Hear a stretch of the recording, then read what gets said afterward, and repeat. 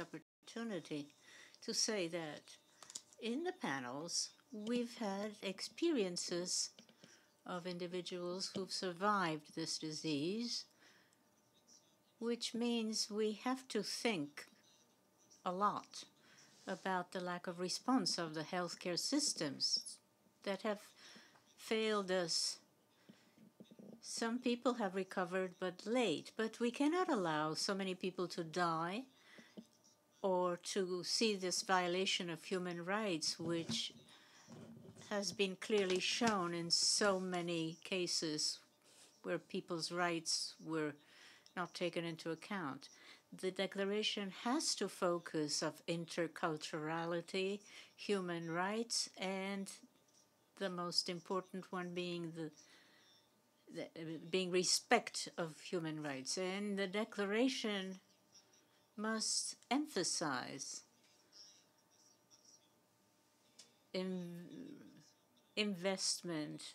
There has to be more investment for a response to put an end to TB. And it must also stress that civil society shouldn't just listen to the accountability of people. It should fully participate in the implementation, evaluation, and accountability. Thank you.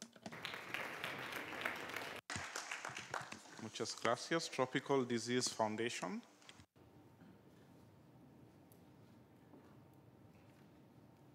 Hello?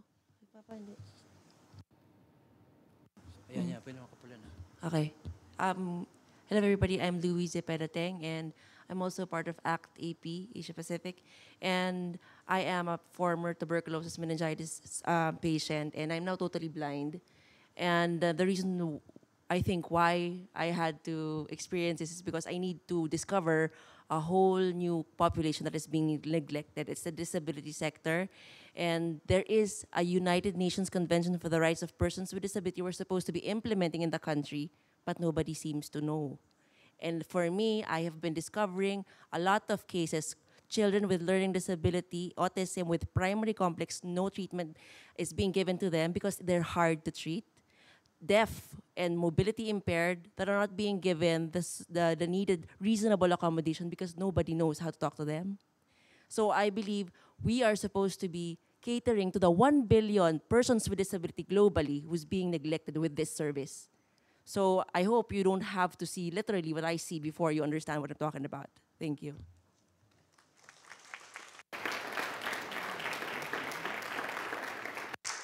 HAD Nepal Forum.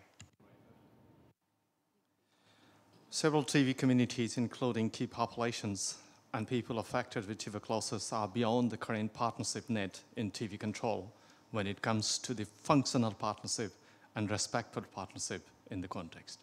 Several barriers at national and international level impede meaningful engagement in TB. They need to be identified and acted upon. Our current approach in TB control places greater focus on biomedical care, which is important and needed indeed, but it should not undermine the importance of patient-centered care and right-based response in TB. The resolution should adequately address this notion and end unbalanced partnership in tuberculosis control. Considering the diversified community and their roles and needs, vital needs, it is important that significant investment are to be made in applied research in each country, leading to community-led solutions for better partnership and appropriate care and context and sustainable partnership in the long run. Thank you.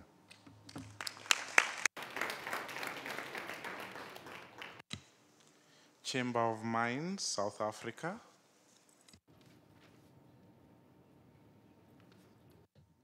Minerals Council South Africa, formerly the Chamber of Mines of South Africa, is honored to make this intervention. The South African mining industry has a long history of dealing with TB and silicosis, with gold having been discovered in 1886 and TB classified as a compensatable occupational disease in 1916. The experience of the industry is that success in reducing TB and HIV is possible and sustainable when this is based on addressing the determinants of health, preventing silica dust exposure, and improving access to comprehensive health services, including TB services. Improvements in salaries, housing, and living conditions for employees in the mining industry has, over the years, contributed to reductions in TB incidents.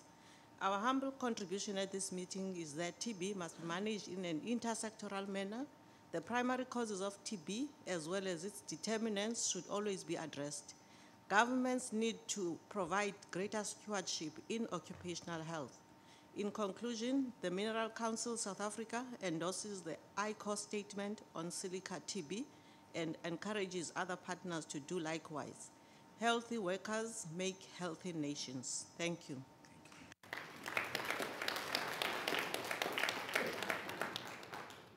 London School of Hygiene and Tropic Medicine. Hello. I'd like to take my time to emphasize the economic consequences of TB. And from an economic perspective, TB is not just a health priority, it is also a developmental priority. The World Bank, since 1993, recommended TB as part of the essential package of health services. More recently in Malawi, it was in the top 3 of the top 10 health interventions from an economic perspective were related to TB. In Bangladesh, when 70 economists looked at different TB interventions, TB was the top development intervention, beating other infrastructure and other sectorial investments. And that is not taking into account the numbers of cases of poverty that can be averted through addressing TB. We need investment cases and strengthened investment cases for TB, but specifically we need to look at investments in health systems. If we look at South Africa, to expand case detection, intensified case finding would take up to 20 to 30% of the total nursing workforce in South Africa. Unless our investment cases address these kind of resource needs, we will not be successful, and we need applied research to help support, develop those investment cases and provide the evidence we need in that health system strengthening investment. Thank you.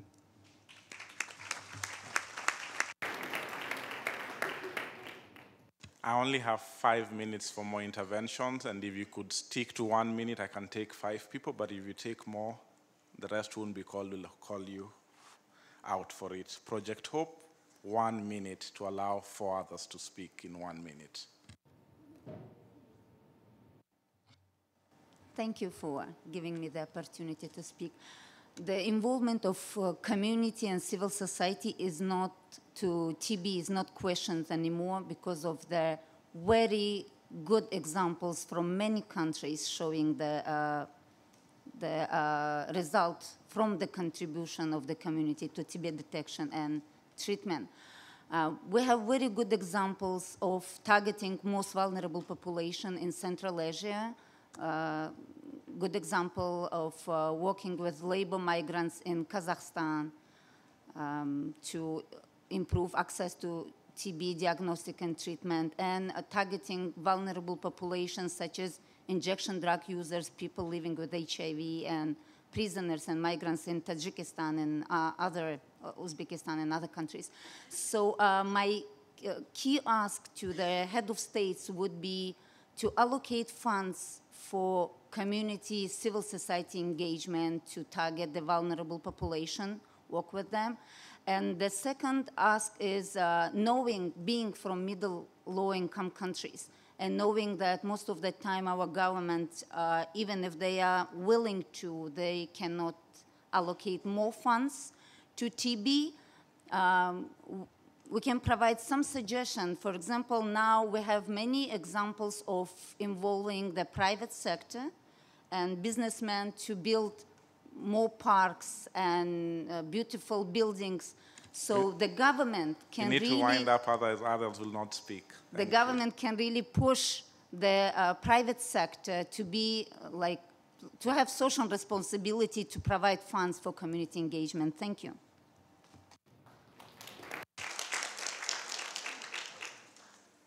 1 minute, literally, TB people, Ukraine, literally. Dear colleagues, we are talking about children and prisoners and other. Whether we treat people whom there is no cure, palliative people, if To speak an example, my country, it is now 100 people. What is our voice in this issue? Everyone has the right to help and support. And all countries should guarantee needed services, care for people with palliative conditions. Thank you.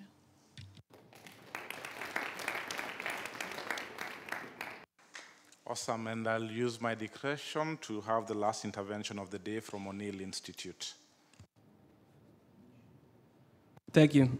The success of the TB response depends on strong civil society, and I hope that the civil society leaders in this hall today will make efforts to tell member states that in order to be sincere, their talk of partnership with communities must be accompanied by efforts to address the funding crisis that leaves the best of us on our knees gasping for funding.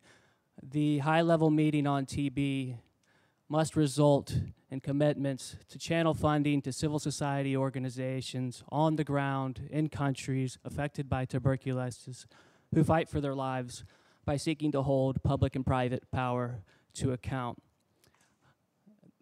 Strong civil society is necessary. Without it, we will fail. Strong civil society requires funding. We must demand it, and we must fight for it. In that vein, we civil society members in this hall today have been put on notice by the representative from the United States when she says that issues of intellectual property are a distraction. We have been put on notice that there is an effort to undermine the right of access to life-saving medication. And we should recognize that that threat comes accompanied by niceties about funding for research and development. It is a wolf in sheep's clothing. We must recognize it, we must name it, and we must fight it. Thank you.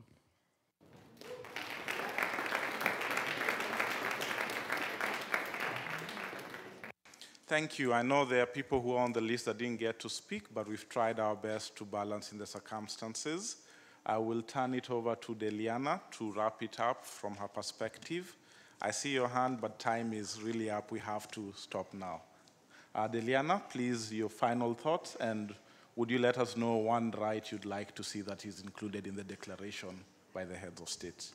Well, and the right that I want to see is that it be human-centered, and that the UN support its own work already, which is that the resolution that was adopted for the protection of migrants. Their work already includes